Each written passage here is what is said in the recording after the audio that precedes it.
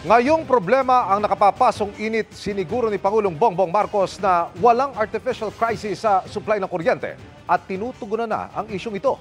Sinabi niyan sa pagbisita niya sa BARM. Nakatutok si Tony Humamil ng GMA Regional TV, 1 Mindanao. Mismong Pangulo ang sumaksi sa isang bahagi ng patuloy na integration ng Moro Islamic Liberation Front at Moro National Liberation Front sa gobyerno. 100 miyembro nila ang graduate na at magiging patrolman o patrolwoman ng Philippine National Police matapos masala mula sa 2022 qualifying exam hanggang sa 6 na buwang Bangsamoro Police Basic Recruitment Course. Kayo ang tutulong sa pagsusulat ng isang bagong yugto para sa Bangsamoro tungo sa mas tahimik at matiwasay na kinabukasan. Higit pa sa pagtupad natin sa mga obligasyon na nakasaad sa Bangsamoro Organic Law. This was part of our gesture for the government na kasama doon sa peace agreement and the peace talks natin, integrating them to be part of the Philippine National Police. Emosyonal ang rank 1 sa batch na ito, ang 22 anyos na si Patrolman Alcaizar Faizal na dating magsasaka. Sa paghihirap na aming dinanas sa loob ng training center, uhaw, hapdi at pagod aming tiniis. Ngayon, nagbunga ang aming paghihirap at aming pagkasakripisyo.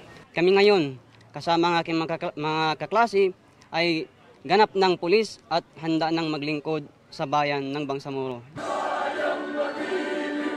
Ginunita rin ngayong araw ang ika-10 anibersaryo ng Comprehensive Agreement on the Bangsamoro o CAB na nilagdaan noong 2014 na nagbigay daan sa pagtatag ng Bangsamoro Autonomous Region in Muslim Mindanao. Tinuldukan ito ang rebelyon ng MILF at pagsuko ng armas ng mga miyembro ng grupo. Kasabay nito ang paglalaan ng cash assistance. We all remain steadfast in faithfully implementing this agreement. In doing so, we will completely bring the letters of the CAB into reality. Ngayong araw din ay pinasinayaan ng Pangulo ang 5 bilyong pisong irrigation project sa Cotabato Province na pakikinabangan ng mahigit 4,000 magsasaka. Mas maganda kasi ngayon sir kasi mayroon ng irrigation, mas malaki ang harvest namin. Sa paglilibot sa rehiyon ay inilatag din ng Pangulo ang plano para resolbahin ang pagiging overloaded ng mga power grid. Magtayo na sila ng kanilang mga transmission lines na matagal nang inaantay, pati yung mga submarine cable ginagawa na natin para naman kapag may kuryente sa ibang lugar na excess capacity ay pwedeng dalhin sa ibang lugar na kulang naman.